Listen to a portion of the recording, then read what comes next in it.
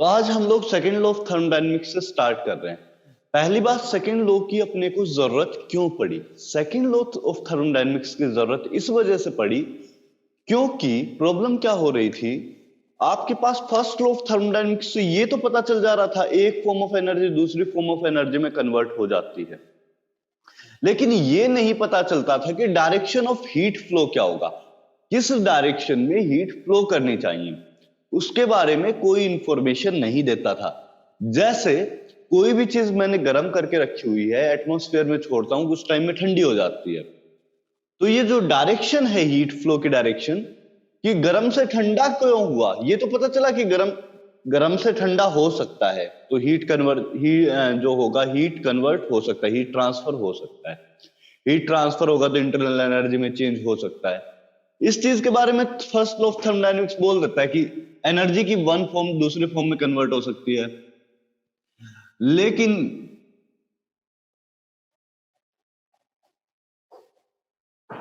लेकिन इसके अलावा जो फर्स्ट लॉ ऑफ थर्मोडायनेमिक्स है वो डायरेक्शन के बारे में कोई इंफॉर्मेशन नहीं देता है कि डायरेक्शन क्या होगी हीट फ्लो की।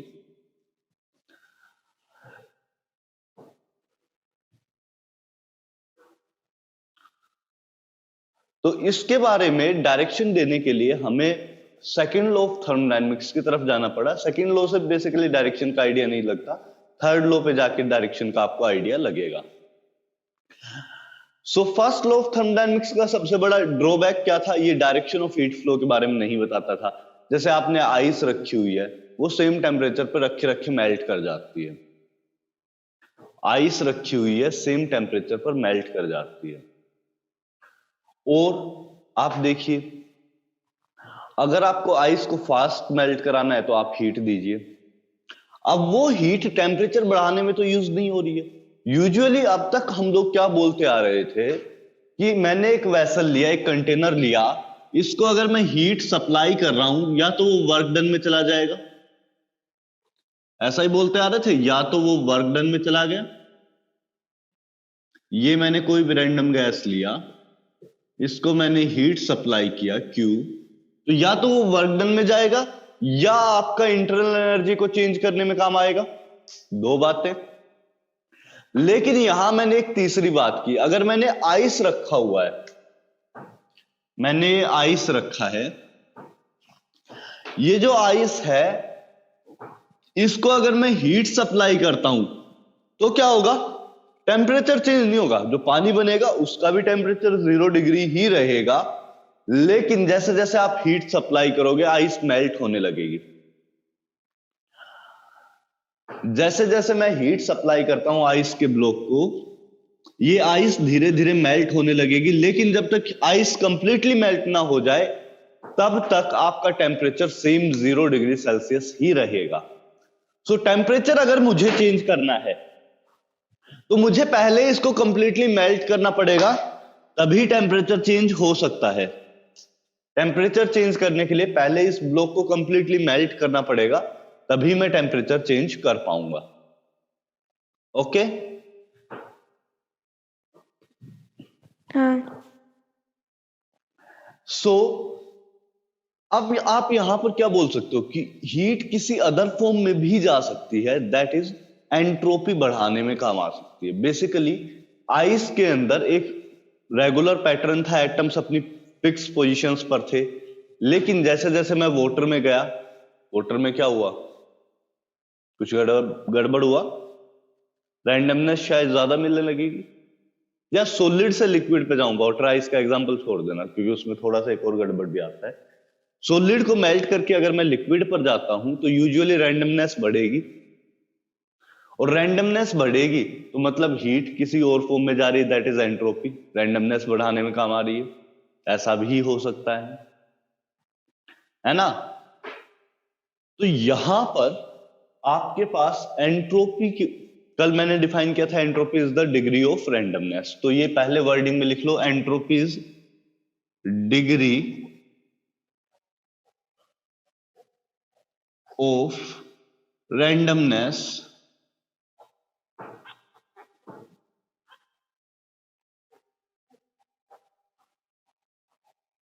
is entropy।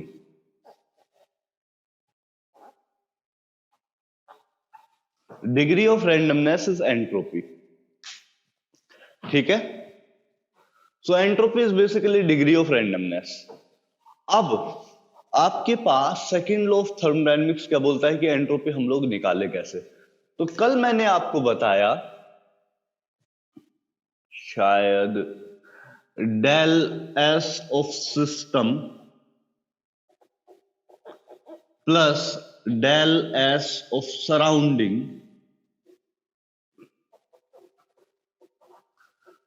is greater than equal to 0 for every process. For every process, del S of system plus del S of surrounding is equal to or greater than equal to 0. लिखवाया था कल ये मैंने।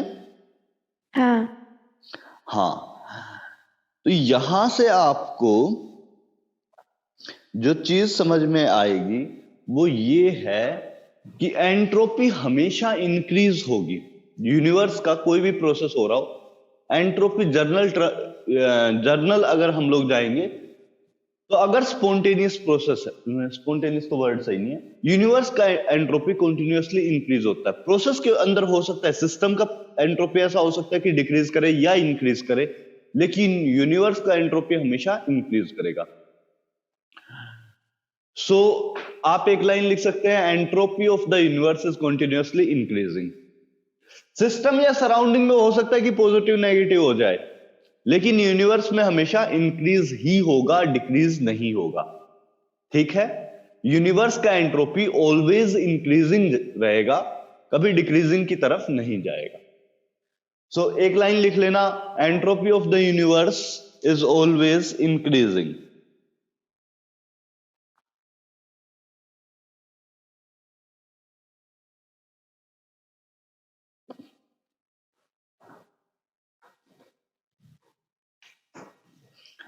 Mathematically entropy can be written as ds, इसका symbol होता है s, is equal to dq by t और इसका इंटीग्रेशन।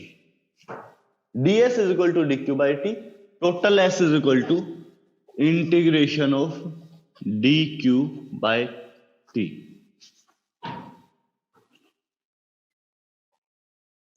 मैथमेटिकली इसको ऐसे एक्सप्रेस कर सकते हैं, ds में डेल एस पे चला जाए, del S is equal to D Q by T हो जाएगा ना, शायद क्यू रिवर्सिबल, हाँ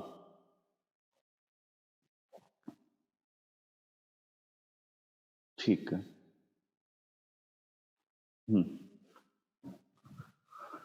यहां पर क्या आ जाएगा, इसको फॉर रिवर्सिबल मैं अलग से लिख रहा हूं, फॉर इरिवर्सिबल तो आपको ड्राइव करना पड़ेगा, रिवर्सिबल मैं बता दे रहा हूं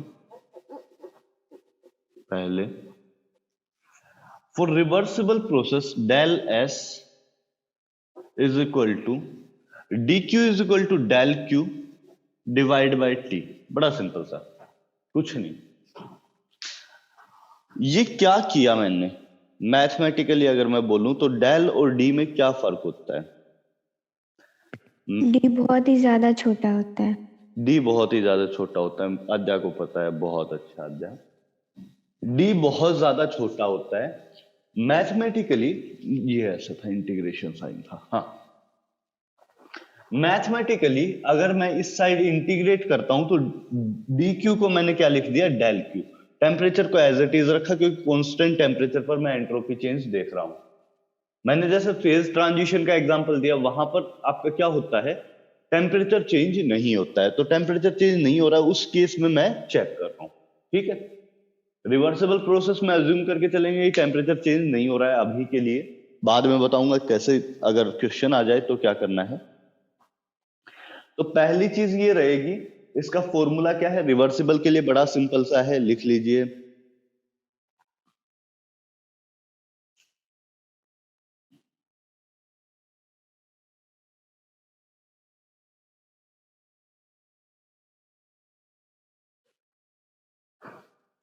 ये हर जगह रिवर्सिबल, क्योंकि स्मॉल चेंज में हमेशा रिवर्सिबल रहेगा, तो इस वजह से रिवर्सिबल रिवर्सिबल रिवर्सिबल आप लिख सकते हैं। डेल क्यू या क्यू आप बोल सकते हैं, डायरेक्टली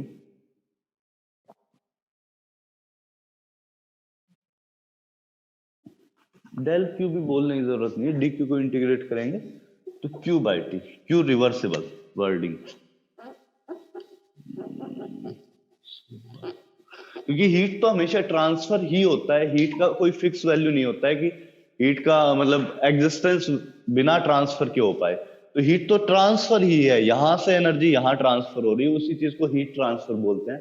तो डेल लगाने की जरूरत नहीं पड़ेगी, आप डायरेक्टली बोल सकते हैं कि क्यू रिवर्सिबल बाय टी।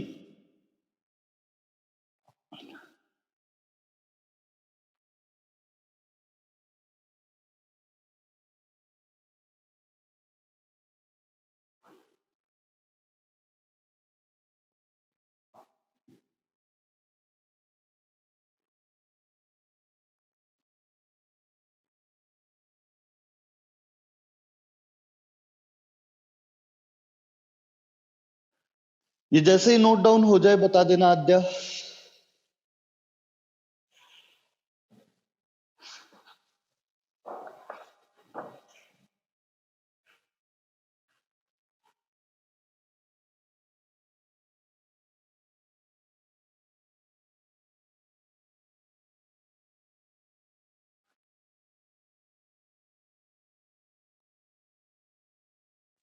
तो यहाँ पे ये एस क्या डिनोट कर रहा है? एंट्रोपी कल बताया था, हाँ है ना, एंट्रोपी। हाँ, हो गया। हो गया, चलो बहुत बढ़िया। Next part,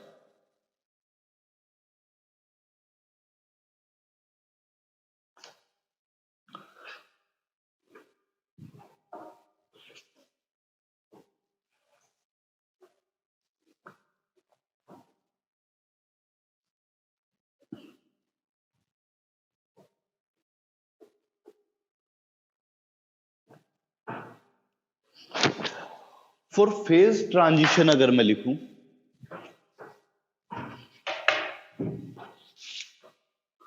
for phase transition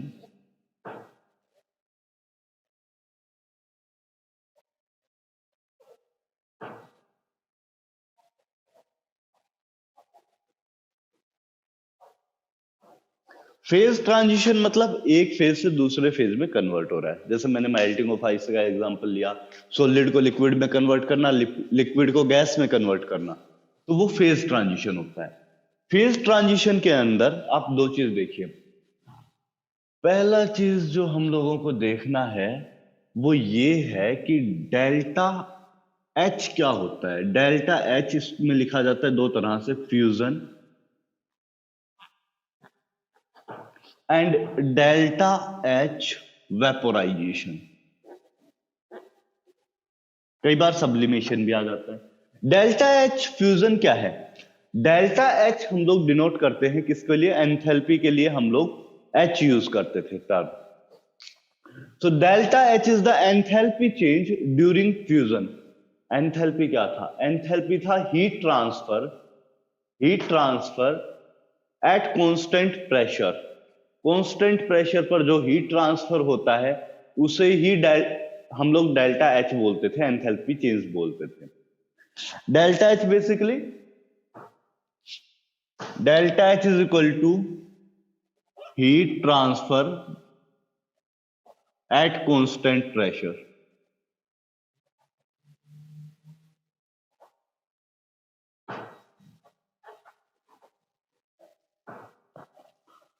Constant pressure.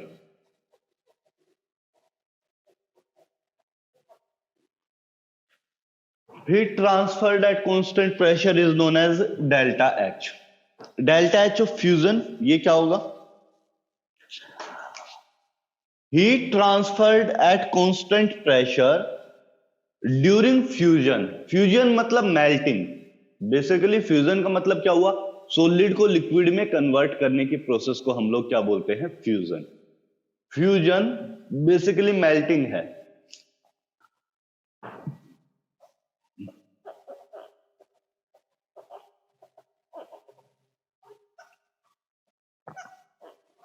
और वेपराइजेशन, लिक्विड को गैस में कन्वर्ट करने की प्रोसेस क्या बोलते हैं? वेपराइजेशन। लिक्विड को गैस में कन्वर्ट करना हो वेपराइजेशन, सॉलिड को लिक्विड में कन्वर्ट करना हो क्या होगा मेल्टिंग, फ्यूजन यूज करेंगे तब। तो delta H of vaporisation basically delta H तो सेम है, यहां पर क्या होगा वेपराइजेशन का मीनिंग क्या है बॉइलिंग,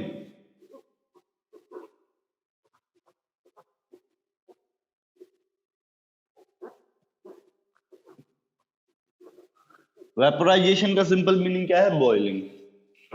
सो इसका मतलब बॉइलिंग के दौरान जितनी हीट ट्रांसफर होगी उसे क्या बोलेंगे डेल्टा एच ऑफ वेपराइजेशन, और मेल्टिंग के दौरान जितनी हीट ट्रांसफर होगी उसे क्या बोलेंगे डेल्टा एच ऑफ फ्यूजन। ठीक है, इतनी बात समझ में आई। एंट्रोपी चेंज क्या होगा फ्यूजन के दौरान और वेपराइजेशन के दौरान, फ्यूजन के टाइम अगर आप देखोगे तो total heat transfer should be delta H of fusion, और टेम्परेचर क्या होगा उसका melting point. Basically melting point constant रखकर ही तो आप क्या कर रहे हो सॉलिड को लिक्विड में कन्वर्ट कर रहे हो, बाय यूजिंग हीट आप हीट ट्रांसफर कर रहे हो सॉलिड को, सॉलिड मेल्ट कर जा रहा है, और किस टेम्परेचर पर हो रहा है वो बॉइलिंग सॉरी मेल्टिंग पॉइंट पर हो रहा है, टोटल हीट ट्रांसफर कितना है delta H of fusion. So basically अगर आपको डेल्टा एच लिखना है फ्यूजन के टाइम तो बड़ा सिंपल आ जाएगा, delta H of fusion divide by temperature, temperature क्या है मेल्टिंग पॉइंट।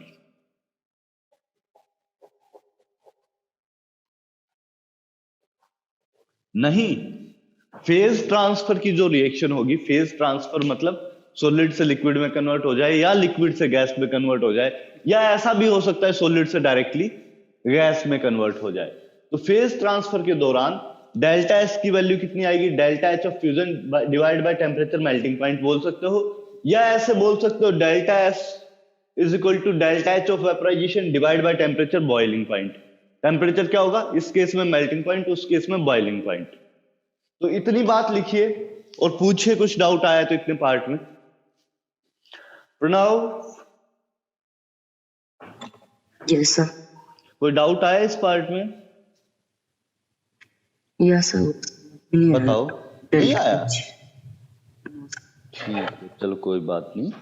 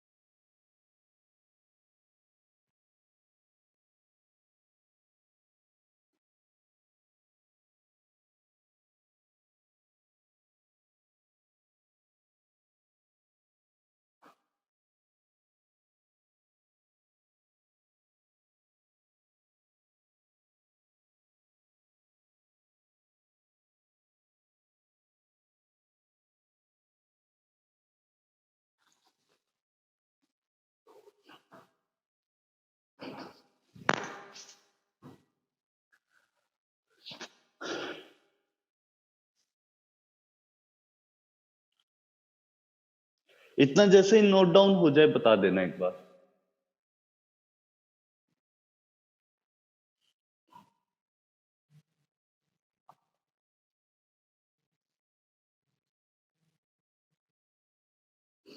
आपका मैं एक टेस्ट लेना चाहता हूं, कब रखा जाए? फुल सिलेबस जो आपके पोर्टल पर मेगा एग्जाम्स वाले पोर्टल पर अगर टेस्ट लिया जाए तो कब रख सकते हैं?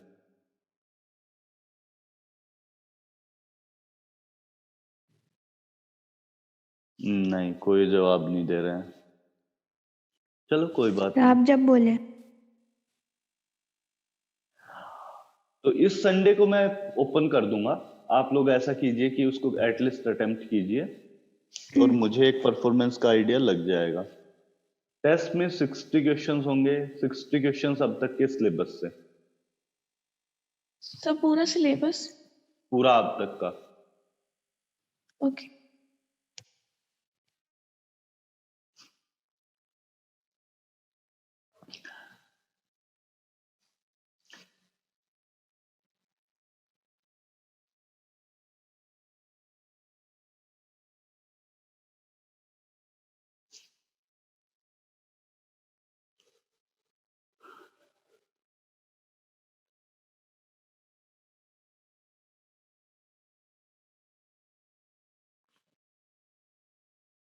हाँ जी, हुआ इतना? नहीं हुआ।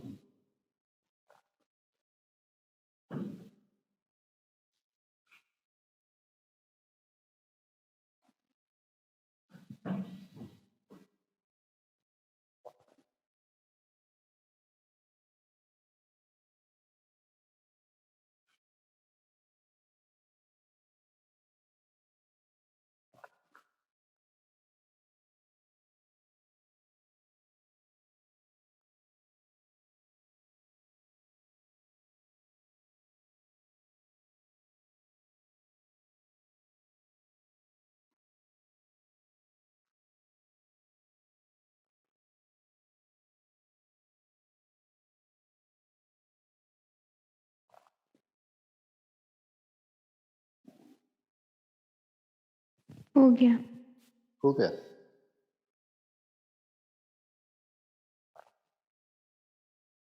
चलिए। फॉर एंट्रोपी जो आप बताए कि फॉर इरिवर्सिबल और फॉर रिवर्सिबल, तो फिर पिछले क्लास में तो ऐसा नहीं था, मतलब कि उसमें तो सिंपल फॉर्मूला था ना? बताया था आद्या, मैंने आपको जो बताया था पिछली क्लास में वो सिर्फ इतना बताया था, डेल एस ऑफ सिस्टम हाँ, plus del S of surrounding equal to universe. ना ना ना ना ना is greater than equal to 0, ये बताया था फॉर हाँ। Every process. और इक्वल टू का केस किस वजह से बनता है? रिवर्सिबल की वजह से। और हाँ। अनइक्वल वाला केस किस वजह से बनता है? रिवर्सिबल। इरिवर्सिबल। तो सर रिवर्सिबल में डी आना चाहिए ना, क्योंकि बहुत छोटा छोटा होता है, पर आप रिवर्सिबल का डी आया, फिर मैंने उसको क्या किया, इंटीग्रेट कर दिया। तो आप पहले फॉर इरिवर्सिबल में डी लिखे, फिर डेल्टा बनाए, नहीं, और फॉर फिर इरिवर्सिबल नहीं लिखा था, फॉर रिवर्सिबल लिखा था। इरिवर्सिबल का होता तो ये इक्वल टू का कहीं आता ही नहीं, ग्रेटर देन हो जाता। अच्छा, तो मतलब वो फॉर रिवर्सिबल था और उसके नीचे जो है del S is equal to Q T, वो इरिवर्सिबल है। नहीं, वो भी रिवर्सिबल ही है, इंटीग्रेशन का साइन है, इंटीग्रेट किया है मैथमेटिकली। अच्छा, मतलब जो आप बताए थे वो पूरा ही रिवर्सिबल के लिए पूरा था? ही रिवर्सिबल है, इरिवर्सिबल पे आए ही नहीं है। इरिवर्सिबल पे अनइक्वल का साइन हो जाएगा, हाँ। समझे? हाँ। और देखते हैं और वेज हो सकते हैं। मतलब हम लोग कैलकुलेशन जितनी भी करते हैं ना आद्या, इरिवर्सिबल के लिए एग्जैक्टली कैलकुलेट नहीं कर सकते, तो रिवर्सिबल मानकर ही कैलकुलेशन करना पड़ेगा, बड़ी दिक्कत होती है इसमें। ठीक है। अनइक्वल का साइन है तो प्रॉब्लम होगी, तो सब जगह रिवर्सिबल मानकर उसको कैलकुलेशन कर देते हैं। मतलब कि पहले हम लोग डी लिए और उसको इंटीग्रेट करके डेल बना। बस बस बस बस, ठीक है।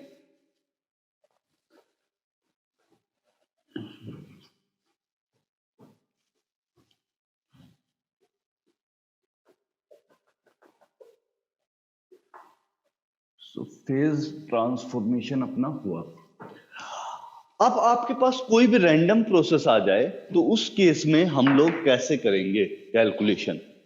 तो रैंडम प्रोसेस के केस में आपको पता है delta H is equal to del U plus W, ऐसा बोलते हैं क्या?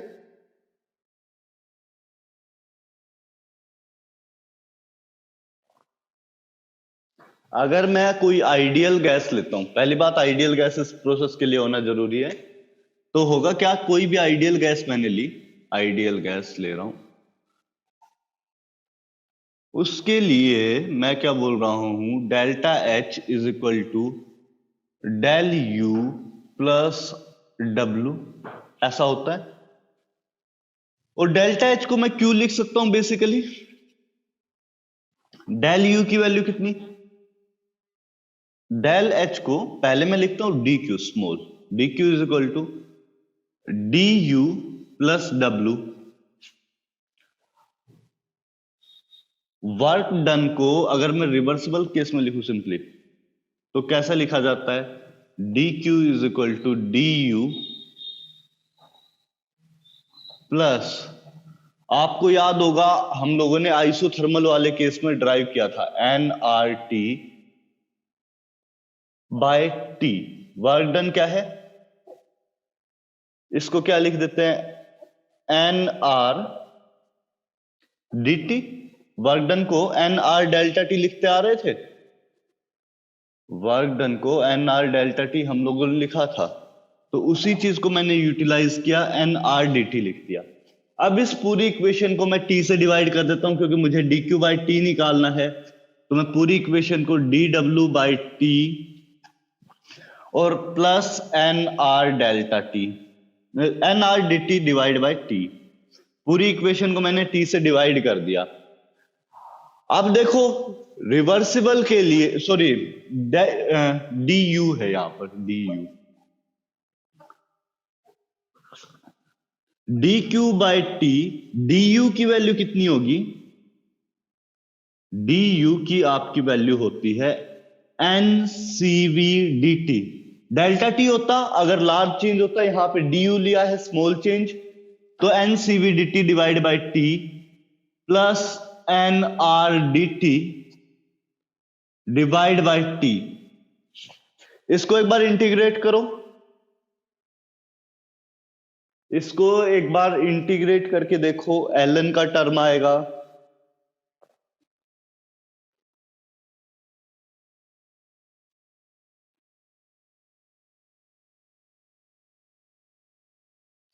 यहां पर सिर्फ रिवर्सिबल की बात कर रहे हैं, ये चीज ध्यान रखनी है, ये रिवर्सिबल नहीं हो पाएगा क्योंकि रिवर्सिबल वाले में ही हम लोग ये स्मॉल चेंज मानकर ये पूरा कर पाएंगे, डी क्यू बाई टी के इक्वल, उसी केस में रिवर्सिबल में कर पाएंगे।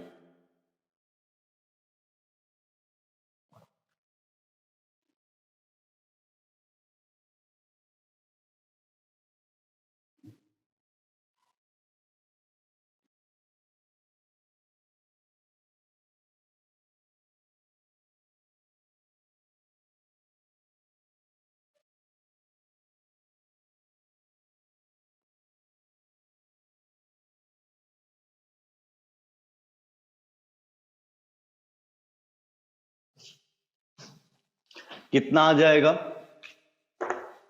डी क्यू बाई टी को क्या लिख दूंगा, क्यू बाई टी हो जाएगा, तो ये डेल एस के बराबर आ जाएगा अपने,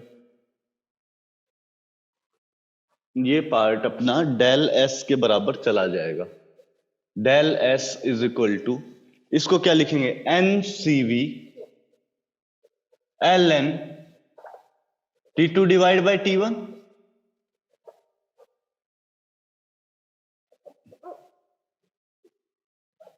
N C V L N T two divide by T one plus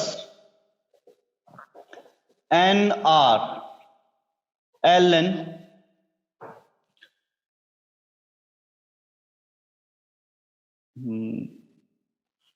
एक मिनट, मैंने कुछ गलत कर दिया क्या, अरे रे sorry sorry sorry sorry sorry, बड़ी मिस्टेक कर गया, वर्क डन की जगह पी डेल वी लिखना चाहिए था, पी डेल वी या पी डी वी, और प्रेशर को क्या लिखूंगा, N R T by V D V, और जब टेम्परेचर से डिवाइड किया तो यहां पर एक टी का टर्म और आ जाएगा, v इंटू टी, क्योंकि यहां पर टेम्परेचर से डिवाइड किया था और ये कैंसिल आउट हो जाएगा। सो क्या बचेगा, N R D V divide by V, ये थोड़ा चेंज करना, थोड़ा सा मैंने ध्यान नहीं दिया, N R L N V two by V one आपका नेट बच जाएगा। डेल एस के लिए, रिवर्सिबल प्रोसेस के लिए ये फॉर्मूला हो जाएगा, और इसमें प्रोसेस के अकॉर्डिंग हम लोग चेंज करते रहेंगे, इस फॉर्मूला में कुछ कुछ चेंजेस आते रहेंगे, वो मैं बताऊंगा। पहले इसको नोट डाउन करो, इस चेंज को एक बार कर लेना, इसको चेंज करना है एक बार, वर्क डन की जगह एन आर डेल्टा टी हम लोग यूज नहीं कर रहे हैं, हम लोग कौन सा यूज कर रहे हैं, पीडीवी वाला, दोनों ही वैलिड हैं, कुछ गलत नहीं है, लेकिन पीडीवी से इंटीग्रेट कर सकते हैं, इससे इंटीग्रेट नहीं कर पाएंगे, प्रॉब्लम हो जाएगी। सो इसको यूज करने की बजाय पीडीवी लिख देना वर्क डन में, और आपका ऐसे इंटीग्रेट हो जाएगा। N R T divide by V into T, क्योंकि टेम्परेचर सब कुछ डिवाइड किया तो टेम्परेचर कट हो जाएगा, N R V into D V हो जाएगा। इसको जब इंटीग्रेट करोगे तो एल एन आ जाता है, L N V two divide by V one. हाँ अध्याय, इसमें कोई डाउट है? नहीं। तो इसको एक बार नोट डाउन कर लेना। हेलो अंश, good morning. Good morning sir. इतना लेट कैसे आज?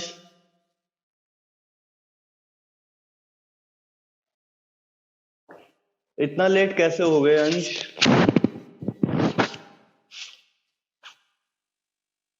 सर भूल गए। भूल गए, गलत बात है भूलना तो। चलो कोई बात नहीं, इसको नोट डाउन करो जल्दी से।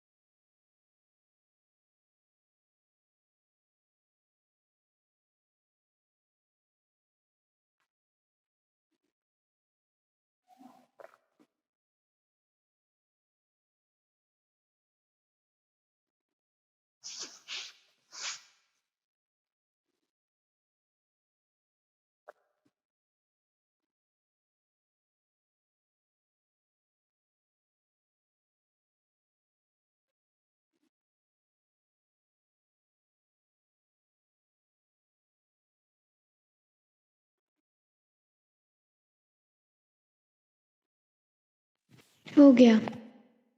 ठीक है अच्छा। तो इतना सारा वेरिफिकेशन क्यों? मतलब कि हम लोग ये आइडियल गैस या फिर वो एंट्रोपी को हम लोग रिवर्सिबल वाले में लेकर के कैलकुलेट कर रहे हैं, इसलिए? हाँ देखो अद्या, प्रॉब्लम क्या है ना, डेल्टा एस ऑफ सिस्टम का अगर मैं डेल्टा एस निकालने की कोशिश करूं, चेंज इन एंट्रोपी, वो रिवर्सिबल से ही कैलकुलेट होगा। इरिवर्सिबल केस में क्या होगा, D Q is greater than, मतलब del S is greater than D Q by T, मतलब ये ऐसा आ जाए कुछ, del S is less than, sorry, D Q by T, for D Q नहीं, क्यू बाई टी। तो प्रॉब्लम क्या है, इरिवर्सिबल में ना जो हीट ट्रांसफर आता है वो कुछ ज्यादा आता है। इरिवर्सिबल में अगर जो हीट ट्रांसफर देखोगे वो कुछ ज्यादा आ जाएगा। तो प्रॉब्लम ये है, तो उसकी वजह से एंट्रोपी तो किसके बराबर होगी, हमेशा रिवर्सिबल के बराबर होगी। लेकिन इरिवर्सिबल में हीट ट्रांसफर आपका ज्यादा आ जाएगा, तो इस वजह से ग्रेटर देन का साइन आ जाता है। अब अपने को अगर इरिवर्सिबल के लिए भी कैलकुलेट करना है तो हम लोग क्या मानेंगे कि इसको डी क्यू बाई टी के बराबर मान लो, क्योंकि जो हीट ट्रांसफर रिवर्सिबल में होना था उसी के बराबर आपका हीट एंट्रोपी चेंज रहेगा। हीट ट्रांसफर जो रिवर्सिबल के लिए होना चाहिए था उसी के कंपैरिजन में आपका क्या रहेगा, एंट्रोपी चेंज रहेगा। अब उसके कंपैरिजन में रहेगा तो इरिवर्सिबल वाले हीट ट्रांसफर को हम लोग नहीं ले सकते हैं, ठीक है। तो प्रॉब्लम वहां आएगी, अगर आपको सराउंडिंग का कैलकुलेट करना है तो आप इरिवर्सिबल वाला उठा सकते हैं, लेकिन अगर रिवर्सिबल देखना है तो इसको डी क्यू बाई टी मानकर ही कैलकुलेट करना पड़ेगा। ठीक है। ठीक है, मतलब कि ये अभी जो हम लोग कर रहे हैं वेरिफिकेशन, वो इरिवर्सिबल पे इरिवर्सिबल पर भी कुछ टाइम में वैलिड होने लगेगा, दिखाऊंगा कैसे। नहीं मतलब हम ये पूछ रहे हैं कि रिवर्सिबल पे हम लोग ये मैथमेटिकल कैलकुलेशन कर रहे हैं, हाँ, कैलकुलेशन सारा रिवर्सिबल पे कर रहे हैं। मतलब रिवर्सिबल पे आइडियल गैस का वैल्यू क्या होगा ऐसा। देखो रिवर्सिबल पे प्रॉब्लम क्या है, हम लोगों को जो सीवी वैल्यू है वो आइडियल गैस के लिए निकालते हैं, हम्म। तो आप ये फॉर्मूला में एनसीवीडीटी नहीं लिख पाते अगर यहाँ पर गैस या आइडियल गैस नहीं होती तो, हाँ इस वजह से ये लिखना मतलब ये पड़ेगा। बेसिकली हम लोग लास्ट में निकाल क्या रहे हैं वो समझ ही नहीं आया। डेल एस का फॉर्मूला चेंज इन एंट्रोपी कैसे कैलकुलेट कर सकते हैं। अच्छा मतलब change in entropy ideal gas में कैसे कैलकुलेट करते हैं। हाँ, तो उसका फॉर्मूला अपने पास लास्ट में निकल कर आ गया, वैल्यूज पुट मतलब करनी है, कितना directly रैंडमनेस answer। आ रहा है। इतना रैंडमनेस आएगा अगर वो टेम्परेचर T1 से T2 में जा रहा है, वॉल्यूम V1 से V2 में जा रहा है। ओके, जैसे मैं एक सिंपल सा केस लेता हूं, अगर मेरे पास आइसोथर्मल प्रोसेस है, आइसोथर्मल में क्या होता है, change in temperature is equal to 0।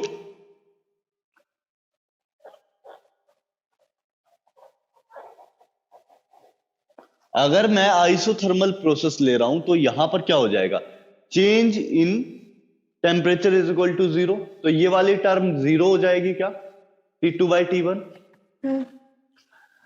सो आपका डेल्टा एस डायरेक्टली आइसोथर्मल के लिए लिखना चाहूं तो कितना हो जाएगा, NR/LN/V2/V1। बड़ा इजी हो गया। देखो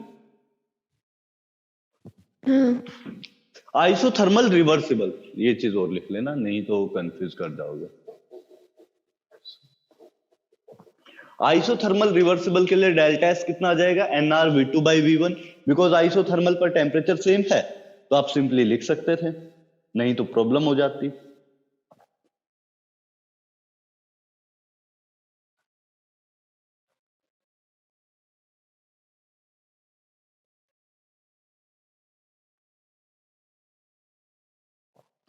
अब अगर आपके पास आइसोथर्मल इरिवर्सिबल होता तो यहां पर प्रॉब्लम थी। प्रॉब्लम क्या थी, यहां पर सिस्टम के लिए तो सेम लिख सकते थे,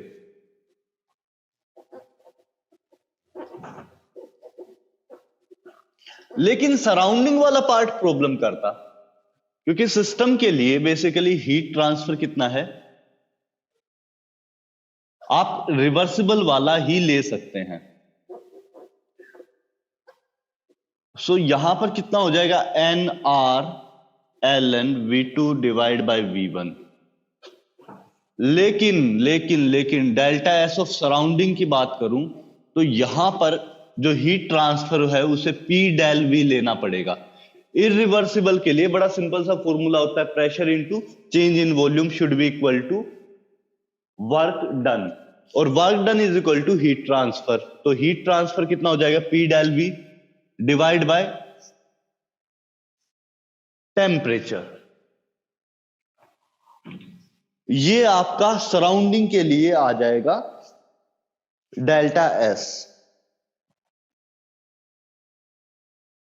सराउंडिंग के लिए डेल्टा एस कितना आ जाएगा, माइनस साइन के साथ, क्योंकि माइनस P डेल V होता है तो माइनस साइन के साथ इतना आपका डेल्टा एस आ जाएगा। सिस्टम के लिए सेम रहेगा।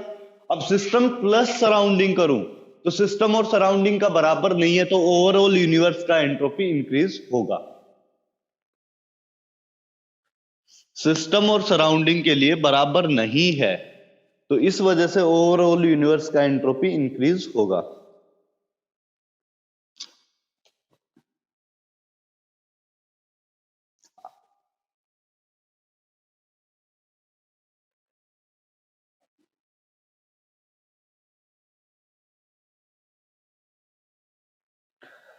चलिए अगर इतना पहले नोट डाउन कीजिए, रिवर्स आइसोथर्मल रिवर्सिबल वाला। अदर इसमें डाउट है अंश? नहीं अंश डाउट तो आना चाहिए था तुम्हें, तो तुमने लेट ज्वाइन किया थोड़ा। प्रणव? No sir. ठीक है, तो इतना एक बार लिख लीजिए, फिर हम लोग एडियाबेटिक में देखेंगे। एडियाबेटिक में क्या होता है, एडियाबेटिक में बेसिकली आपका हीट ट्रांसफर को हम लोग 0 लेते आए हैं, तो उस केस में देखेंगे क्या होगा। एडियाबेटिक प्रोसेस में हीट ट्रांसफर को जीरो लेते हैं ना।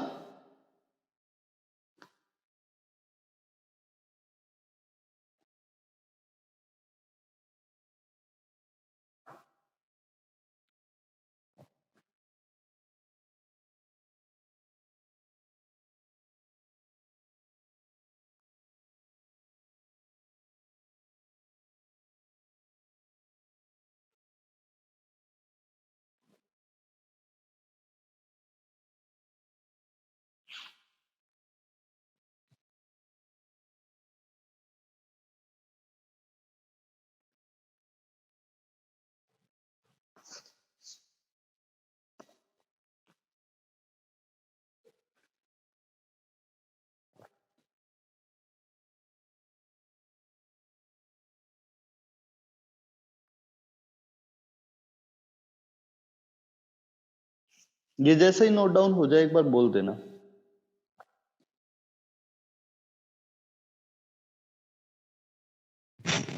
हो गया। हो गया, चलो। सर मतलब सेकेंड लॉ में हम लोग बेसिकली चेंज ऑफ एंट्रोपी निकालते हैं हर क्वांटिटी में। चेंज इन एंट्रोपी हम लोग बेसिकली एंट्रोपी को डिफाइन करते हैं। एंट्रोपी क्या मतलब होता सेकेंड है, लॉ कैसे में होता है, कितना हो सारी रहा है कहानी वो भी। एंट्रोपी की। हाँ, एंट्रोपी चेंज भी देखते हैं, इसमें सब कुछ आ जाएगा। एंट्रोपी की पूरी कहानी सेकंड लॉ के अंदर आ जाएगी। और थर्ड लॉ में हम लोग डिसाइड करेंगे किस डायरेक्शन में किस डायरेक्शन में रिएक्शन जाएगी, स्पॉन्टेनियस है या नॉन स्पॉन्टेनियस है।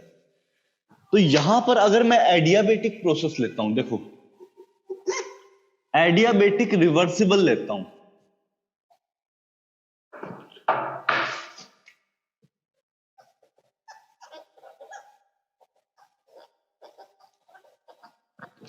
तो इस केस में जो इक्वेशन वैलिड होगी वो ये होगी, T V raise power gamma minus one is equal to constant. So T one by T two is equal to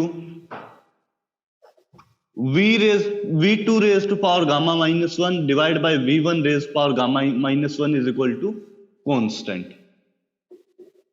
और आपको पता है अगर मैं T1 और T2 को सेम ले लूं, T1 और T2 को सेम ले लूं, तो आपका क्या हो जाएगा, V1 raised power gamma minus one is equal to V2 raised power gamma minus one and V1 will become equal to V2। ठीक है क्या। रिवर्सिबल एडियाबेटिक अगर मैं लेता हूं तो उस केस में आपका कुछ ऐसा चला जाएगा क्या। Yes sir. और अगर आप इस इक्वेशन में फिर वही वैल्यूज फीड करो, T2 और T1 की वैल्यू कितनी कितनी 1 1, मतलब दोनों ही टेम्परेचर T कर दो तो दोनों बराबर हैं, V1 और V2 भी बराबर है, तो ये पूरी इक्वेशन में डेल्टा एस की वैल्यू कितनी आ जाएगी, ln1 is equal to 0। So ln1 यहां से ln1 यहां से, दोनों जगह 0 0 वैल्यूज हो गई। ठीक है क्या। एडियाबेटिक प्रोसेस के लिए एंट्रोपी चेंज कितना हो जाएगा, हम लोगों को लिखना चाहिए था 0 सिंपली, और कुछ नहीं, क्योंकि T1 और T2 की वैल्यूज बराबर हैं, V2 और V1 की वैल्यूज बराबर हैं। सो डेल्टा एस कितना हो जाएगा 0। इसमें कोई डाउट।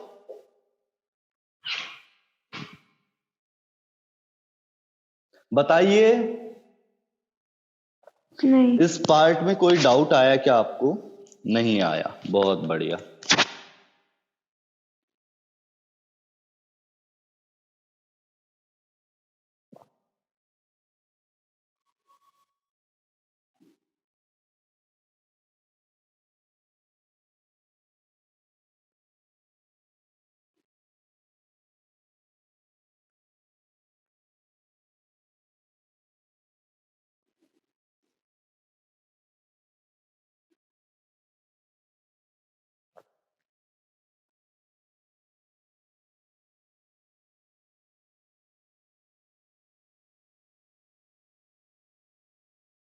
चलिए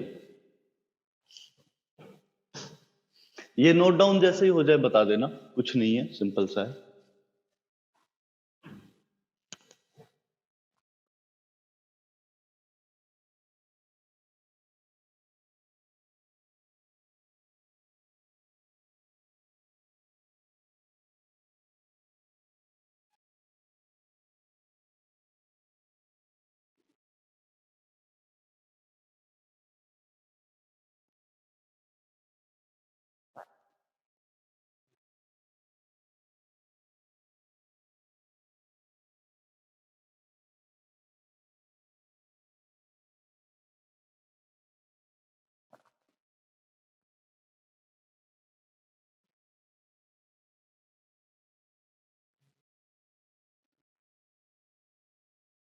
सो सेकेंड लॉ की डेफिनेशन क्या थी? Entropy of the universe is continuously increasing, यही थी या कुछ और लिखवा दी थी?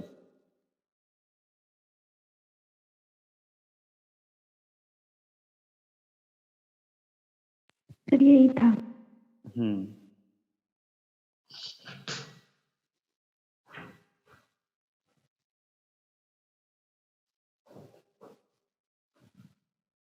हाँ जी, ये हटा दिया जाए। हाँ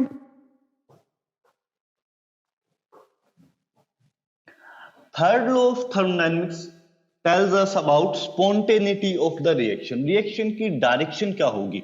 कोई भी रैंडम इक्वेशन आपको दे रखी है तो उसमें आप देखें कैसे कि किस डायरेक्शन में रिएक्शन जाएगी, तो क्या क्या क्राइटेरियाज होंगे, उन सब के बारे में थर्ड लॉ ऑफ थर्मोडायनेमिक्स बताएगा। थर्ड लॉ ऑफ थर्मोडायनेमिक्स ये क्या बताएगा? Spontaneity of the reaction. अब प्रॉब्लम कहां आ रही है? सबसे पहले हम लोग चेंज इन इंटरनल एनर्जी से रिएक्शन की डायरेक्शन देखते थे।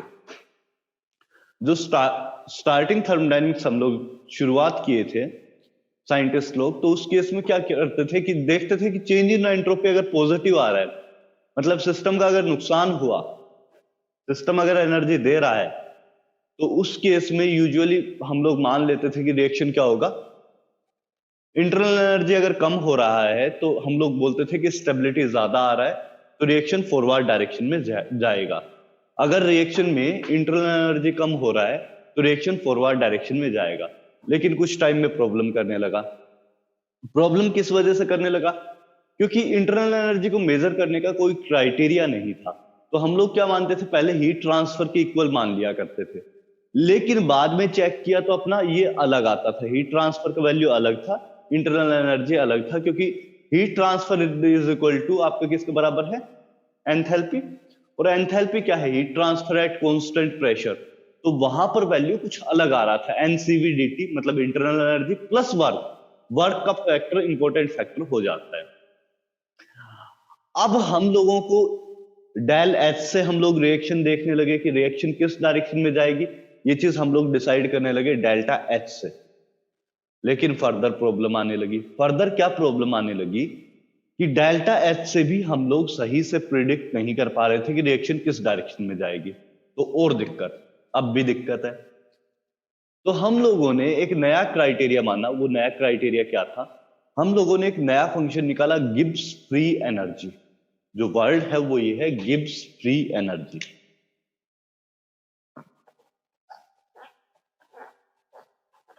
गिब्स फ्री एनर्जी डिनोट करते हैं इसको डेल्टा जी से। इससे हम लोग निकालने लगे क्या कि रिएक्शन स्पॉन्टेनियस या फिजिबल है या नहीं, इसके बारे में गिब्स फ्री एनर्जी हम लोगों को बताने लगा। अगर रिएक्शन को हम लोग छोड़ दें तो फॉरवर्ड डायरेक्शन में अगर रिएक्शन जा रही है या नहीं, ये चीज हम लोगों को गिब्स फ्री एनर्जी बताने लगा। अगर इसकी वैल्यू नेगेटिव है, gives free energy that is delta G is equal to negative, that means reaction is spontaneous. Spontaneous मतलब ऑटोमेटिकली हो रही है, अपने कुछ एनर्जी हीट वगैरह कुछ अपनी तरफ से नहीं देना पड़ रहा। स्पॉन्टेनियस मतलब अपने साइड से हो जा रही है reaction. The reaction is spontaneous. Delta G is equal to positive means reaction is non spontaneous.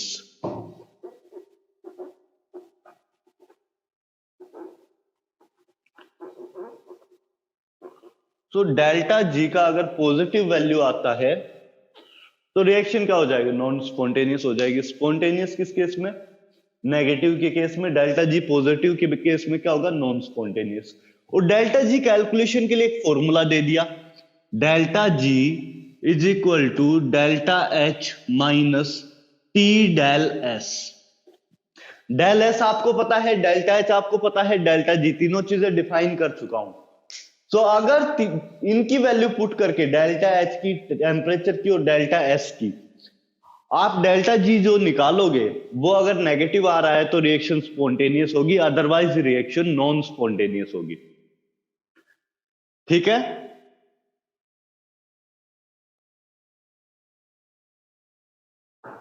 सो इतना पार्ट नोट डाउन करो। गिब्स फ्री एनर्जी क्या होता है? एक फंक्शन है that defines spontaneity of the reaction. Gibbs free energy is a function which defines spontaneity of A reaction. तो spontaneity मतलब क्या? रिएक्शन किस डायरेक्शन जा, स्पॉन्टेनियस इंग्लिश वर्ड जो है ना, कि हाँ। रिएक्शन किस डायरेक्शन, रिएक्शन फॉरवर्ड डायरेक्शन में जा पा रही है नहीं जा पा रही, या रिएक्शन अपनी तरफ से हो पा रही है या नहीं। मतलब स्पॉन्टेनियस बच्चे के टर्म्स में मैं बताऊं, आधा स्पॉन्टेनियस वो बच्चा होगा जो खुद से होमवर्क कर लेता है, और नॉन स्पॉन्टेनियस वो जिसको मारपीट करके होमवर्क कराना पड़ता है। समझे? हाँ, और सर थर्ड लॉ में क्या क्या है वो बता दीजिए, हम लिखे नहीं। गिब्स फ्री एनर्जी को ये बेसिकली डिफाइन करता है, स्पॉन्टेनिटी ऑफ द रिएक्शन। हाँ। So if Gibbs free energy is negative, in that case the reaction is spontaneous. If Gibbs free energy is positive, the reaction will be non-spontaneous. तो इसमें मतलब सारा direction के लिए हम लोग पढ़ रहे हैं। Spontaneous कैसे? जैसे मैंने हाइड्रोजन और जिंक और HCl को मिक्स कर दिया तो ऑटोमेटिकली हाइड्रोजन गैस निकलने लगेगी, आपको हीट वीट कुछ नहीं करना पड़ा। सिंपली बोलूं तो स्पॉन्टेनियस उसको बोलेंगे। आपने कोई भी एप्पल रख दिया, कुछ टाइम में सड़ने लगा, वो स्पॉन्टेनियस रिएक्शन है ना। और नॉन स्पॉन्टेनियस रिएक्शन किस टाइप की होगी? आपको जबरदस्ती रिएक्शन को हीट करके काम कराना पड़ रहा है या कुछ और करना पड़ रहा है, उस पर प्रेशर अप्लाई करना पड़ रहा है, ओस्मोसिस की प्रोसेस है, आप जबरदस्ती प्रेशर अप्लाई करके दूसरे साइड से वाटर निकालते हैं, तो वो जो प्रोसेसेस होती है उनको नॉन स्पॉन्टेनियस बोलते हैं। अपने आप से नहीं हो रही है, हम लोगों को जबरदस्ती करनी पड़ रही है अगर करना चाहे तो। थर्ड लॉ में सिर्फ इतना ही है। जैसे मेरे पास, और बताऊं, मेरे पास एक गर्म ऑब्जेक्ट है, एक ठंडा ऑब्जेक्ट है, तो हीट का फ्लो किस से किस डायरेक्शन में होगा? गर्म से ठंडे की तरफ हमेशा, high temperature to lower temperature. लेकिन अपने को उल्टे डायरेक्शन में कराना है तो क्या करना पड़ेगा? आपको फ्रिज का यूज करना पड़ेगा। फ्रिज में यही तो करते हैं, ठंडे को और ठंडा करते हैं, गर्म को, जो बाहर वाला रूम है उसको और गर्म करते रहते हैं, क्योंकि पीछे की तरफ जो कंप्रेसर है वो कंटिन्यूअसली हीट छोड़ता रहता है। देखा है फ्रिज के पीछे की तरफ जाए देखना, गरम गरम निकलता रहता है। तो आपके पास बेसिकली क्या है? रिएक्शन स्पॉन्टेनियस कब होगी? जब डेल्टा जी नेगेटिव होगा। रिएक्शन नॉन स्पॉन्टेनियस कब होगी? जब डेल्टा जी पॉजिटिव होगा। और डेल्टा जी के लिए फॉर्मूला क्या है? Delta H minus T del S. Temperature T है, डेल एस क्या है? एंट्रोपी है, और डेल्टा एच क्या है? एंथैल्पी है। आया? डेल्टा जी स्पॉन्टेनियस को डिफाइन करता है। हाँ, डेल्टा जी स्पॉन्टेनिटी को डिफाइन करेगा। मतलब उसका सिंबल है ना? उसका सिंबल नहीं, ये सिंबल तो गिव्स फ्री एनर्जी का है। सिंबल गिव्स फ्री एनर्जी का है, गिव्स फ्री एनर्जी स्पॉन्टेनिटी को डिफाइन कर रही है। जी गिव्स नहीं। हाँ। सो गिव्स फ्री एनर्जी आपकी स्पॉन्टेनिटी को डिफाइन कर रही है, और डेल्टा जी क्या बता रहा है? आपका spontaneity of reaction. So delta G is equal to delta H minus T del S. अब रिएक्शन दो टाइप की होती है आद्या, एक एक्सोथर्मिक रिएक्शन, एक एंडोथर्मिक रिएक्शन। ये पहले तो ये नोट डाउन करो, ये नोट डाउन होते ही बताना।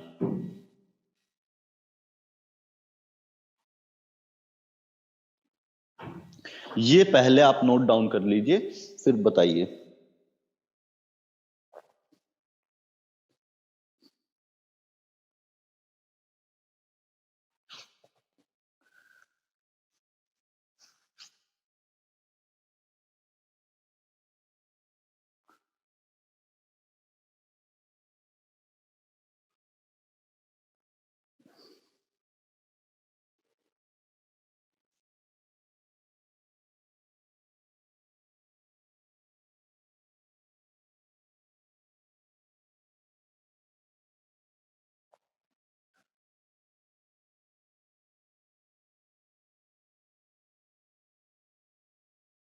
हो गया।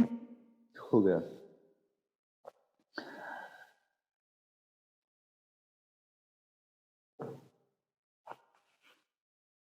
अगर डेल्टा जी 0 के इक्वल आ जाए तो रिएक्शन इज एट इक्विलिब्रियम, रुकी हुई है reaction.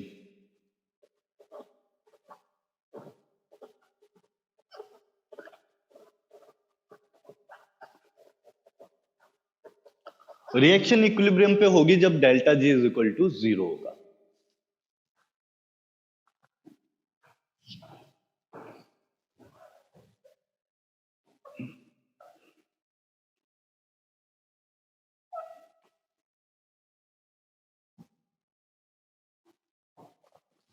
Delta G will be 0 when reaction is at equilibrium.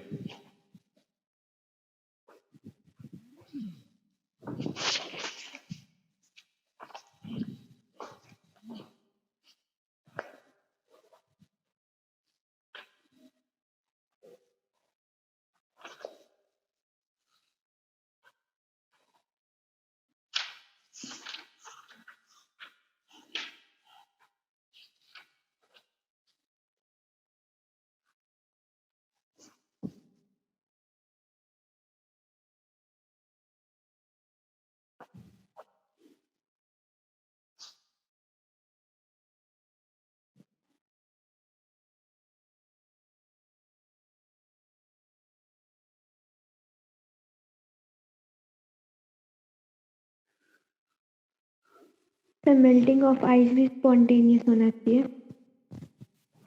Melting of ice spontaneous होता ही है, ऑटोमेटिकली होता रहता है। तो एक और एग्जांपल बताइए।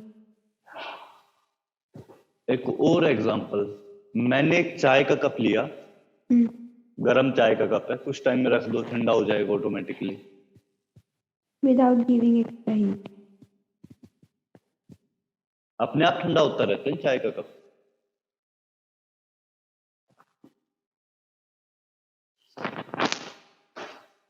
आया समझ आता है? हाँ, अब देखिए, इसमें अगर मेरे पास जो इक्वेशन है, मैं वापस से लिख रहा हूं, delta G is equal to delta H minus T del S for exothermic process. दो टाइप की प्रोसेस हैं, एक्सोथर्मिक एंडोथर्मिक। एक्सोथर्मिक के लिए आपके पास डेल्टा एच का वैल्यू क्या होगा? नेगेटिव होगा, क्योंकि एक्सोथर्मिक का मीनिंग है कि हीट निकल कर जा रहा है। एक्सोथर्मिक रिएक्शन उन रिएक्शंस को बोलते हैं जिनसे हीट निकलता है, जो हीट रिलीज करती है। सो अगर हीट सिस्टम से निकल के जा रहा है, सिस्टम का क्या हुआ? नुकसान हुआ, और नुकसान हुआ तो डेल्टा एच का वैल्यू क्या हो जाएगा? Negative. For exothermic reaction the delta H value should be negative. Perfect. For exothermic reaction, if delta H is negative, to make delta G negative, the delta H should remain. अगर इस case में आपके पास if delta S is positive, in that case delta G will always be negative. So for exothermic reactions, if delta S is positive, in that case delta G will be negative. That means the reaction will be spontaneous. For exothermic reactions, for exothermic reactions, if reaction is spontaneous, in that case the delta S. If reaction is always spontaneous, that means the delta S value is positive, always spontaneous. ये भी हो सकता है कि delta S if, दूसरा case for criteria for spontaneity criteria,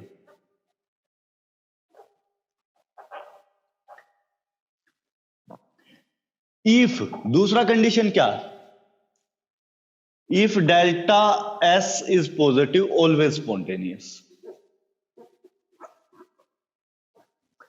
second criteria क्या होगा? If delta S is equal to negative, in that case if T del S is less than delta H, then it will be spontaneous. ये क्या किया? ऊपर वाली equation को मैंने use किया, मैंने बोला डेल्टा एच क्या है, नेगेटिव है। टी डेल एस अगर पॉजिटिव आ जाए, क्योंकि डेल्टा एस को जैसे ही नेगेटिव करोगे टी डेल एस पॉजिटिव आ जाएगा, तो उस केस में डेल्टा जी कब नेगेटिव हो पाएगा, जब डेल्टा एच का वैल्यू टी डेल एस से बड़ा हो। सही बात है आद्या? हेलो, ये क्या बोला, कुछ समझ आया? देखो मैंने क्या बोला कि अगर डेल्टा एस नेगेटिव है, मुझे ऑटोमेटिकली पता है क्योंकि एक्सोथर्मिक रिएक्शन मैंने ली है, तो delta H will always be negative. So अगर डेल्टा एच ऑलवेज नेगेटिव है और मैंने बोल दिया कि delta S is negative, delta S भी नेगेटिव है, डेल्टा एच तो नेगेटिव था ही, डेल्टा एस भी नेगेटिव लिया, तो टी डेल एस पूरी टर्म क्या हो जाएगी, पॉजिटिव। और टी डेल एस अगर पूरी टर्म पॉजिटिव हो जा रही है तो मैं बोलूंगा कि स्पॉन्टेनिटी का क्राइटेरिया क्या होगा, T del S should be less than delta H. सही बात है? अगर T del S value negative ले रहे हैं तो वो भी तो नेगेटिव आना चाहिए। नहीं, पर यहाँ पे आगे नेगेटिव है ना, तो टी डेल एस क्या हो जाएगा, ओवरऑल पॉजिटिव हो जाएगा ना। तो मल्टीप्लिकेशन थोड़ी है, मल्टीप्लिकेशन है ना, क्योंकि डेल एस का वैल्यू अगर मैंने नेगेटिव ले लिया तो नेगेटिव इंटू नेगेटिव क्या हो जाएगा, पॉजिटिव। सो पॉजिटिव हो जाएगा, तो मैं क्या बोलूंगा, T del S is positive, del H is negative. So delta G को नेगेटिव होने के लिए ओवरऑल क्या होना चाहिए कि ये वैल्यू बड़ी होनी चाहिए, क्योंकि ये नेगेटिव है, ये पॉजिटिव चली जा रही है। सो डेल्टा जी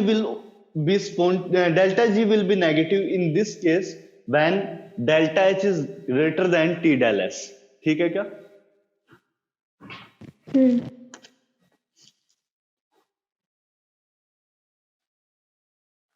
तो ये कंडीशन होंगी for exothermic reaction, for reaction to be spontaneous. Exothermic reactions case में रिएक्शन स्पॉन्टेनियस इन कंडीशंस में होगी, आइदर आपका डेल्टा एस हमेशा पॉजिटिव हो जाए तो हमेशा के लिए रिएक्शन स्पॉन्टेनियस हो जाएगी, डेल्टा एस अगर पॉजिटिव है तो डेल्टा जी हमेशा नेगेटिव ही आएगा, लेकिन अगर डेल्टा एस नेगेटिव है तो उस केस में ये कंडीशन फॉलो होनी चाहिए फॉर स्पॉन्टेनियस। तो ये नोट डाउन कर लो।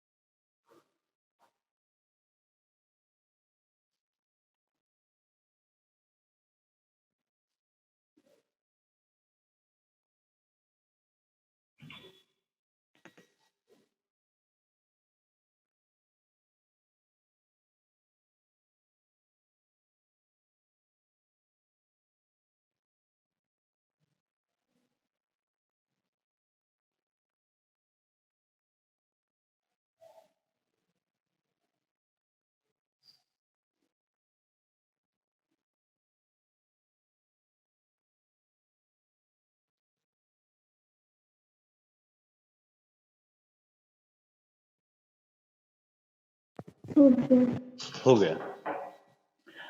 सेकंड, फॉर एक्सोथर्मिक रिएक्शन हम लोग लिख रहे थे, फॉर एंडोथर्मिक और ट्राई करते हैं। एंडोथर्मिक का मतलब जिसमें हीट एब्जॉर्ब हुई हो, जिसने हीट लिया हो। सो इस केस में डेल्टा एच का रिएक्शन क्या हो जाएगा, डेल्टा एच का साइन क्या हो जाएगा फॉर एंडोथर्मिक, एंडोथर्मिक। इस केस में delta H will always B positive, क्योंकि इसने हीट लिया है। So delta H is positive For if delta H is positive, for delta G to be negative, the T del S should always remain negative. मतलब delta S कभी भी आपका क्या नहीं हो सकता, पॉजिटिव सॉरी नेगेटिव नहीं हो सकता, क्योंकि ये करते ही ये पूरा टर्म पॉजिटिव हो जाएगा और डेल्टा जी हमेशा पॉजिटिव आएगा, तो नॉन स्पॉन्टेनियस हो जाएगी.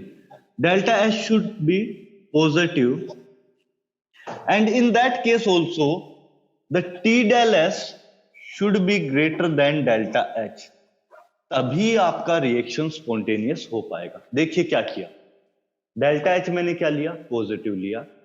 डेल्टा एस के लिए क्या होगा, पॉजिटिव हो तभी टी डेल एस नेगेटिव आएगा, क्योंकि अंदर एक और नेगेटिव साइन ले लिया तो बाहर पॉजिटिव साइन जनरेट हो जाएगा.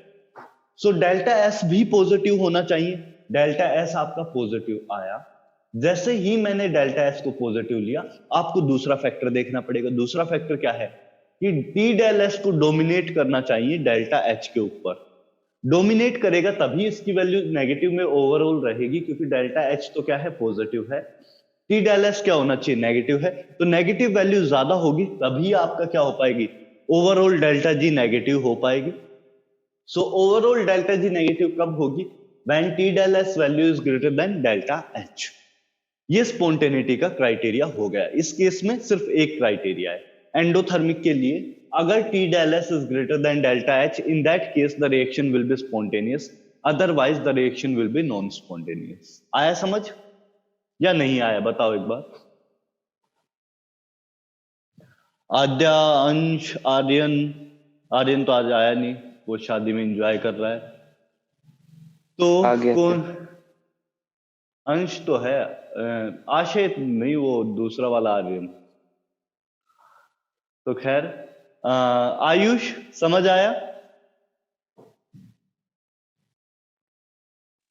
Yes sir. ठीक है, तो इतना पार्ट पे थर्ड लॉ ऑफ थर्मोडायनेमिक्स का अपना हो जाता है. ओके, सो यहां से थर्मोडायनेमिक्स एंड होता है और एक चैप्टर है थर्मोकेमिस्ट्री, उसको मैं साथ साथ स्टार्ट कर रहा हूं. 2 लेक्चर का लगेगा मुश्किल से, शायद उससे कम में भी हो जाए. तो थर्मोकेमिस्ट्री में शुरू कर रहा हूं. थर्मोडायनेमिक्स में आपको जीरोथ लॉ बताया था Aadya, A is in equilibrium with B. A का टेम्परेचर बी के साथ सेम है, बी का टेम्परेचर सी के साथ सेम है, तो ए और सी का टेम्परेचर सेम आएगा. बताया था आद्या, भूल गए?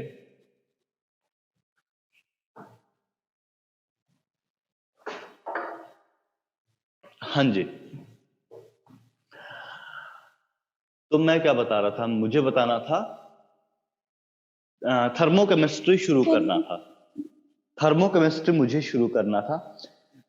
एक दो चीजें मैं स्किप कर रहा हूं. वेंट होफ इक्वेशन नाम की चीज है, तो उसको मैं इक्विलिब्रियम पढ़ाते टाइम बताऊंगा, या एक बार इसमें भी आएगी, सॉल्यूशन चैप्टर के अंदर वापस आएगी. तो अभी के लिए यूजफुल नहीं है, अवस्थी में दे रखी वेंट होफ इक्वेशन, लेकिन इस चैप्टर में क्योंकि विदाउट इक्विलिब्रियम वो समझा नहीं पाऊंगा, तो इक्विलिब्रियम उसके लिए नेसेसरी है, इस वजह से उसको मैं अभी स्किप कर रहा हूं.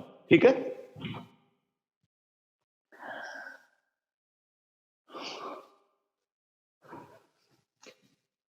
एक चीज और आती है, एक चीज और बोलना भूल गया. कभी भी किसी चीज के ऊपर नोट लग जाए, ये नोट लगा दें, ऊपर ये डॉट लगा दें, जैसे डिग्री लगाते हैं वैसे डेल्टा जी के ऊपर नोट लगा दें, डेल्टा एच के ऊपर नोट लगा दें. तो इसका मतलब होता है कि स्टैंडर्ड स्टेट के अंदर मैं डेल्टा जी लिख रहा हूं. स्टैंडर्ड स्टेट के अंदर डेल्टा जी लिख रहा हूं. स्टैंडर्ड स्टेट क्या होती है, प्रेशर होना चाहिए 1 बार के बराबर.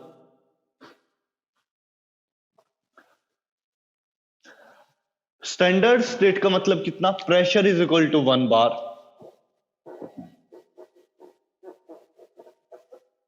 1 बार. और आपके पास मोलैरिटी अगर कहीं पे आया हो तो 1 मोलार. और टेम्परेचर कोई स्पेसिफाई कर सकता है, 25 डिग्री सेल्सियस यूजुअली यूज किया जाता है, स्पेसिफाइड होता है, कुछ भी टेम्परेचर स्पेसिफाई कर सकता है. यूजुअली 25 डिग्री के आसपास लिया जाता है सेल्सियस में. तो ये आपका स्टैंडर्ड स्टेट होता है, मतलब डेल्टा जी की value at the standard state, that is known as delta G naught. Delta H का value at standard state will be known as delta H naught. Delta S का value at standard state will be known as delta S naught. तो ये जो note वाली term होती है इस वजह से डिफाइंड होती है क्योंकि स्टैंडर्ड स्टेट में आपका जो भी क्राइटेरिया निकल के आएगा वो हम लोग डिफाइन कर सकते हैं नोट से। सो डेल्टा जी नोट को क्या बोलेंगे? Standard free energy change. Delta G क्या था? Free energy change, Gibbs free energy change. तो डेल्टा जी नोट क्या हो जाएगा? Standard free energy change. इतनी सी बात है।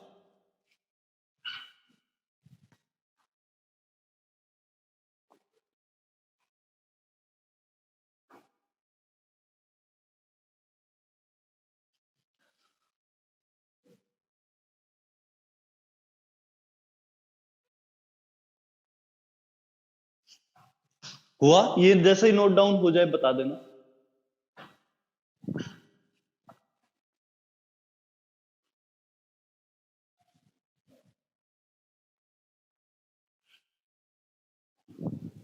हो गया सर। हो गया। तो next part is delta H और डेल्टा एस आपका हो गया। तो मुझे नेक्स्ट आपको बताना है, वो क्या बताना है? हाँ, एंथैल्पी ऑफ रिएक्शन। अभी अभी मैंने बताया एंथैल्पी ऑफ रिएक्शन क्या बोलते हैं? Delta H.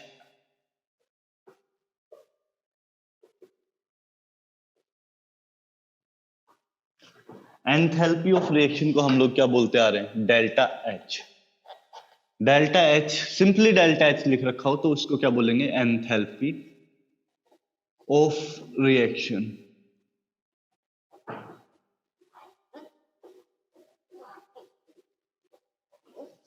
Simply delta H लिख रखा हो तो एंथैल्पी ऑफ रिएक्शन बोलते हैं। डेफिनेशन लिख लो एंथैल्पी ऑफ रिएक्शन की। एंथैल्पी ऑफ रिएक्शन की डेफिनेशन लिखो, the amount of heat evolved, the amount of heat evolved और absorbed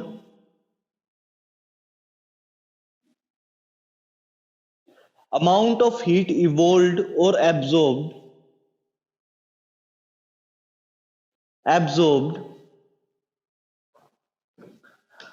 when number of moles of reactant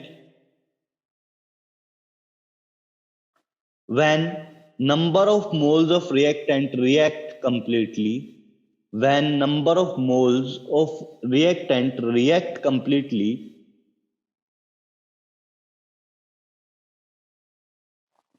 when number of moles of reactant react completely to give the products, to give the products,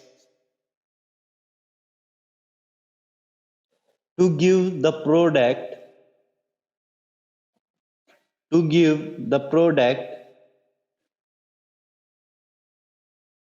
as given by, as given by, as given by the balanced chemical equation, as given by the balanced chemical equation. एक बार फिर से repeat कर रहा हूं, the amount of heat इवोल्व्ड और absorbed when number of moles of reactant react completely to give the products as given by balanced chemical equation.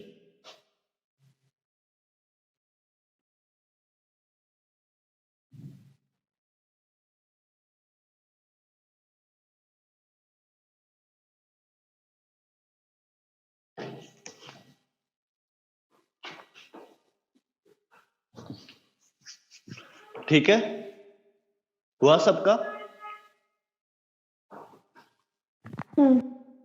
चलो बहुत बढ़िया।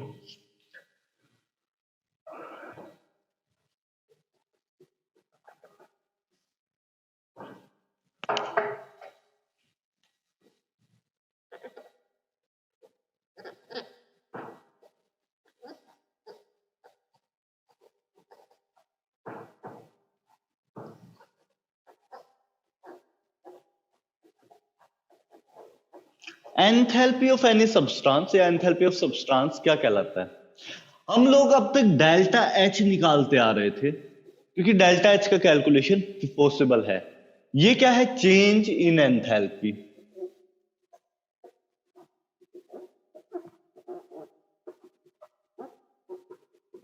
लेकिन एब्सोल्यूट को क्या बोलेंगे? H. H is absolute enthalpy.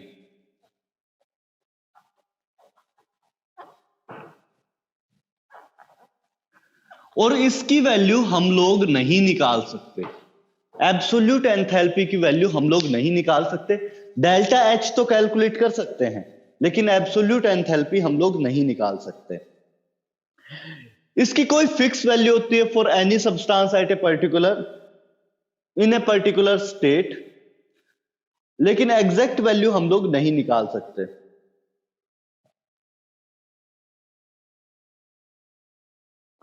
अब होता क्या है, अपने पास अगर प्योर सब्सटेंसेस दे रखे हैं, pure substances in their native state. अब ये क्या होता है, जैसे मेरे पास मैं हाइड्रोजन गैस लूं तो हाइड्रोजन गैस किस फॉर्म में मिलता है अपने को? नेचुरली। हाइड्रोजन गैस नेचुरली मेरे को H2 गैस की हाइड्रोजन मुझे H2 गैस की फॉर्म में नेचुरली मिलता है। तो H2 के लिए मैं क्या बोलूंगा कि एंथैल्पी कितना हो जाएगा? Standard enthalpy basically H2 gas के लिए स्टैंडर्ड एंथैल्पी कितना हो जाएगा? 0।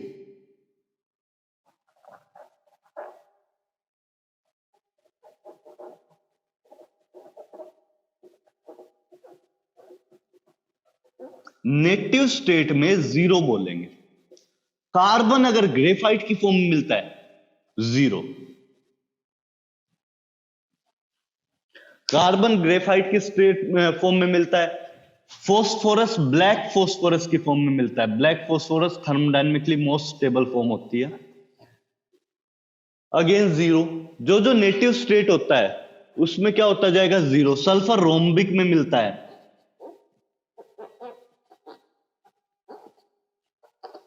क्या होता जाएगा? 0।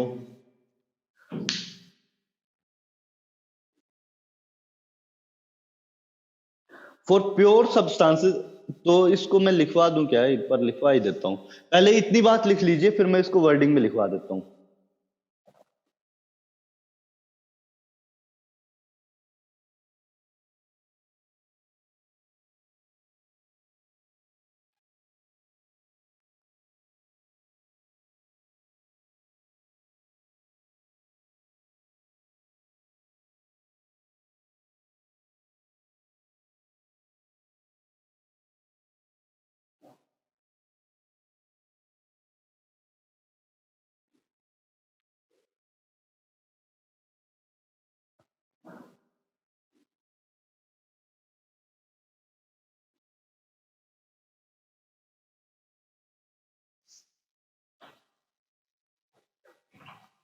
एक चीज और लिख लो, स्टैंडर्ड एंथैल्पी ऑफ फॉर्मेशन।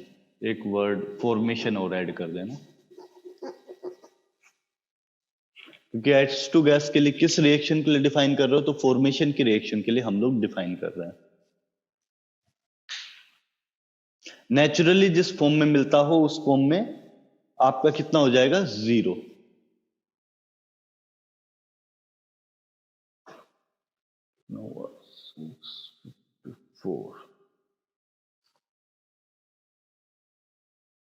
चलो फिर आगे तो हम लोग कंटिन्यू नहीं कर पाए, टाइम लगेगा इसमें थोड़ा सा।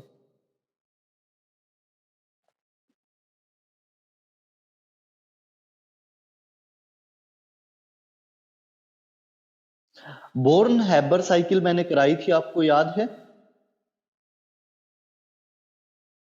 हेलो, बोर्न हैबर साइकिल याद है?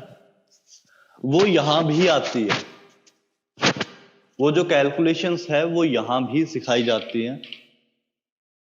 वहां अगर किसी को डाउट हो तो यहां एक बार उसको रिपीट कर देंगे नेक्स्ट क्लास में। तो इतना नोट डाउन हुआ आपका? थर्मो केमिस्ट्री का बता रहे हैं? हाँ आद्या, ये थर्मो केमिस्ट्री ही चल रहा है, क्योंकि heat of the reaction, enthalpy of reaction, enthalpy of substance की बात करने लगे। थर्मोडायनेमिक्स के अंदर हम लोग मैटर की बात कर रहे थे, थोड़ा सा चेंज आया है, केमिस्ट्री थोड़ा ज्यादा आ रही है, थर्मो थोड़ा कम होगा, क्वेश्चंस बहुत इजी हो जाएंगे, वहां पर बहुत मुश्किल होते थे, यहाँ पर बड़े इजी क्वेश्चंस आते हैं। ठीक है, हाँ तो ये डिफरेंस आता है। तो खैर मैं इसको अभी हटा रहा हूं और हम लोग इसके आगे नेक्स्ट क्लास में कवर करेंगे, क्योंकि इस क्लास में आगे मैं कुछ कवर नहीं कर पाऊंगा क्योंकि टाइम हो चुका है अपना, थोड़ा सा भी लेट किया तो गड़बड़ हो जाएगी। चलिए, तो आपके कुछ डाउट्स हैं तो पूछ लीजिए, 5-7 मिनट हैं अपने पास, कर सकते हैं, बताइए।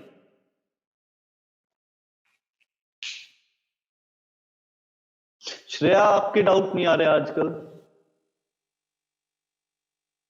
सर अभी स्टार्ट ही नहीं किए कुछ ज्यादा, अभी क्लासेस ही का देख रही। चलो कोई बात नहीं।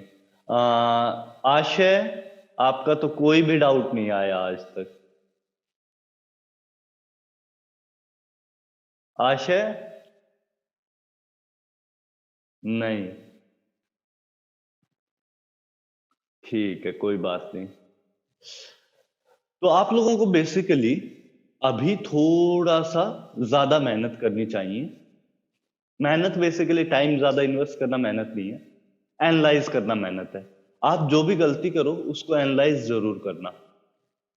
आपको क्या करना है, जो भी आप मिस्टेक कर रहे हो उनको नोट डाउन करते रहो, या फिर साथ साथ क्या करो कि अपनी मिस्टेक्स को माइंड में रखने के लिए जहां पर आप क्वेश्चन सोल्व कर रहे हो वहीं पे आप लिख लो साथ साथ कि ये मेरे से मिस्टेक हुआ था, इस वजह से क्वेश्चन गलत हुआ है। तो अपनी मिस्टेक्स को ध्यान में रखना बहुत जरूरी है। पेपर जब भी दो तो उसको एनालिसिस पूरा करो कि कैसे करना है पेपर को, क्या मार्क्स आए और कैसे बढ़ाए जा सकते थे। अगर आपसे एनालिसिस नहीं होता है तो मुझसे पूछ लिया करो कि कैसे मैं मार्क्स बढ़ा सकता हूँ, तो मैं आपको कुछ आइडियाज दूंगा, उनको यूज करके मार्क्स को हम लोग थोड़ा बहुत इंक्रीज कर सकते हैं। सर सुबह जल्दी कैसे उठें? तो अंश का एक डाउट आया, सुबह जल्दी कैसे उठा जाए। भाई इसके लिए ना मेरा जो तरीका है वो ये है कि 11 बजे के आसपास सो जाओ। तो मैं 11 बजे सो जाता हूँ तो सुबह उठ जाता हूँ। अगर मैं थोड़ा सा भी लेट हूँ तो मुझे भी दिक्कत होती है, मुझे पैड पे पढ़ाना पड़ जाता है क्योंकि खड़े होने की एनर्जी नहीं होती है, पढ़ाने में मजा नहीं आता है। सो पढ़ाने में मजा तब आता है जब पूरी नींद हो, और पढ़ने में भी तभी मजा आता है जब एटलीस्ट 6 आवर्स की आप स्लीप कॉन्टिन्यूअस लोगे। ठीक है अंश? 6 घंटे एटलीस्ट होना है। हाँ श्रेया बोलो। सर वो जो आप टेस्ट लेंगे उसमें हाँ। सिर्फ थ्योरी होगा या कंसेप्चुअल को, मतलब नहीं, कॉन्सेप्चुअल ज्यादा होगा, थ्योरी कम होगा। और वो जो गैसियस स्टेट्स में जो लास्ट का जो टॉपिक है विस्कोसिटी और सरफेस टेंशन वाला, वो भी करा पूछोगे क्या? होगा आद्या, सॉरी एनसीईआरटी में दिया हुआ है। एनसीईआरटी में दे रखा है लेकिन हम लोग कवर नहीं करा। चलो मैं देख लूंगा, कवर कर दूंगा अगर कुछ है तो। ठीक है ओके सर। हाँ सर कब टेस्ट है? हाँ अंश बोलो। सर टेस्ट कब है? टेस्ट नेक्स्ट संडे को, टाइम है अभी। Test syllabus? टेस्ट सिलेबस अब तक जितना हुआ है सब कुछ आ रहा है। ठीक है, अब तक जितना कुछ कवर किया है सब कुछ आएगा इस टेस्ट में। तो बाकी लोग, किसी कोई डाउट? चलिए, तो मैं क्लास यहाँ एंड करता हूँ। Bye everyone. Thank you. Bye sir, thank you. Thank you so much sir.